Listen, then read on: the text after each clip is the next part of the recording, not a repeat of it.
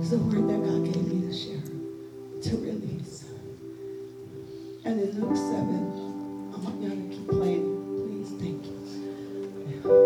Thank you, Lord. Jesus, in Luke 7:11, Jesus was going to the city of Nain. Nain means beautiful.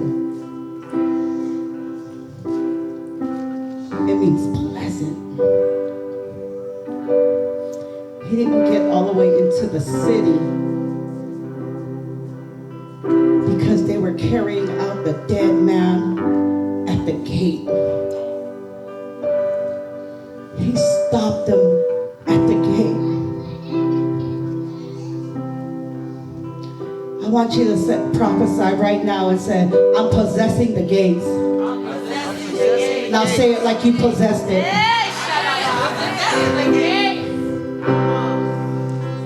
There was a dead man that they were carrying to the gate. He didn't even go all the way into the city.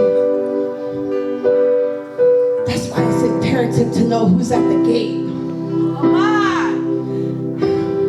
It's so costly to know who is your gatekeeper.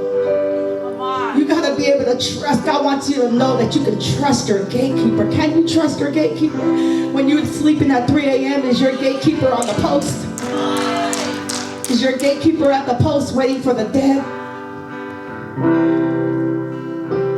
Jesus met him right there. Jesus went in with his disciples. Get your folks together. Go with your folks to the gate. Don't go by yourself to the gate. Go with your folks to the gate. Because the dead man that they were carrying to the gate, pallbearer, it was an open casket. I'm all over right now. It was an open casket. And I asked God, why was it an open casket? What does it matter if it was an open casket? Because people can see you dead. People can see you dead. But even in the city that's called beautiful, beautiful things will come out of that death. So Jesus went and he met the guy right there. I'm sorry. And he went forward. Let's go back to 11. This is soon afterward. Do you know in another translation, it says the day after. Today is the day after your deliverance, right? Those that was here last night, you got a deliverance yesterday. It's the day after.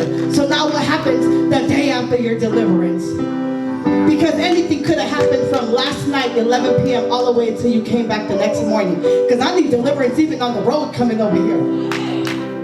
Anything could have happened.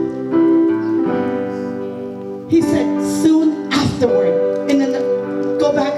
Ooh, okay. We rising up the Spanish people. Hallelujah. Ah, yeah. Ooh. The Spanish ministry is rising up even now. Even now, the Spanish ministry is rising up even now. A nation is coming out of that Spanish person. Hallelujah. Shakaya. Jesus went to a town called Nain, and his disciples and a great throng accompanied him. Can we go to the NLT?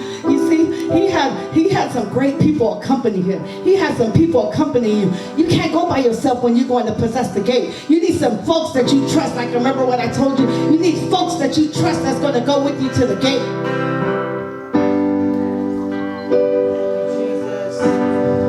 A funeral procession was coming out as he approached the village gate. My God. Now you're about to prophesy. I'm canceling every funeral in my family. That's what you're going to prophesy right now. Say it right now. I cancel every funeral in my family. The only death that's going to happen is you dying daily. That's the only death that's about to happen. R.I.P. to me because the old don't look like the new. That's what you said. R.I.P. to me because the old don't look like the new. Hallelujah. Hallelujah. My. As he approached the village gate, the young man who died was a widow's only son. We go through so much heartache. She just lost a son. But before that, she lost her husband. We go heartache after heartache. People talking about us. People stabbing us in our back, in our face. You know? I mean, heartache after heartache. Everything that we're going through. Hallelujah. Look. And a large crowd from the village was with her. She had some folks with her. Meaning that the people that she'd been with that knew the struggles that she was going through. That knew the pain that she was going through. You know how when you have a funeral, only pallbearers are the ones that come. What are pallbearers? They're the ones that's closest to you, right? They're like your relatives. Go to the next one. But when the Lord saw her, his heart overflowed with compassion. Don't cry, he said. I have another version up in here. I think it's the JUB version, so I'm going to back it up real quick. Because in verse 12 right here it says, I told you that you're possessing the gate, right? So that's what you got to prophesy every time I'm possessing the gate. You got to act like your offspring is going to possess the gate as well. Okay? There was a dead man that was being carried out. There was a dead man that was being carried out to the gate. And that's, you know what I see right now? That's like some of us are holding on to our dead issues. It's got to be carried out. Say that. It's got to be carried out. Some of us are holding on to dead relationships. It's got to be carried out. It's got to be carried out. Come on now. You know, and you know what helps me believe in that prophecy is when I do the action. Hallelujah. I love doing action. Come on. There you go. There you go, mother. I love doing that. Thing is being carried out. Dead issues being carried out. Dead relationships being carried out. Dead grudges are prophesying is being carried out. It's being carried out. It's being carried out. Dead things being carried out. It's being carried out. And I love it because Jesus was at the gate. He met them at the gate. Why did he meet them at the gate though? He met them at the gate. In this season, God is using you to carry out the dead things. Carry it out the gate. You know, a lot of times where we live at, a lot of families where you live at, the funeral services are buried outside the gate. So when I go home in Cola, it's outside of my gate. It's outside of my region. It's outside of my territory. I'm carrying that dead thing out. I'm carrying that dead thing out. So everything that you've been going on in this season, that dead thing is going out. Talika says, it's gotta go. It's gotta go. It's gotta go. Dead thing is being carried out. Where was I? Hallelujah. Old stinking behaviors. I know y'all don't want to hear this. Old stinking attitudes is being carried out. Old stinking behaviors is being carried out. Woo! I seen that thing just fly right out of here. Hallelujah. It's being carried out. It's being carried out. Hallelujah. Hallelujah. And he walked over to the coffin. He walked over to the coffin and he touched it. You coming out the box today. You coming out the box today. That's what God wants you to know. You coming out the box today. We've been dead man walking too long. Dead man walking too long. But you coming out the box today. Hallelujah. It was an open box. It was an open coffin. You coming out today. Hallelujah. And the bearers stopped him. Young man, he said, I'll tell you to get up. In another version, it said, he spoke to the dead. The dead man sat up, and the dead man spoke. That's your word. Get up and speak. Get up and prophesy in this next season. You're going to prophesy your family. You're going to prophesy your children. You're going to see them to freedom. Hallelujah. Hallelujah. The dead boy sat up. You better come on, somebody. They're about to sit up. They're about to sit up. They're about to sit. I see you standing even now. They're about to sit up. You sitting up for your son. You sitting up for your daughter. You're sitting up for your grandchild. They're about to sit up. Hallelujah. And Jesus, I love this part. Jesus gave him back to his mother. Why did he give him back to his mother?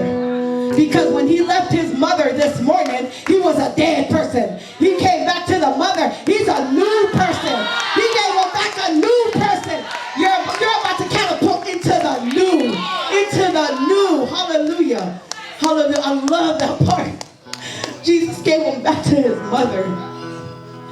When the son left her, the son had so much going on with his life.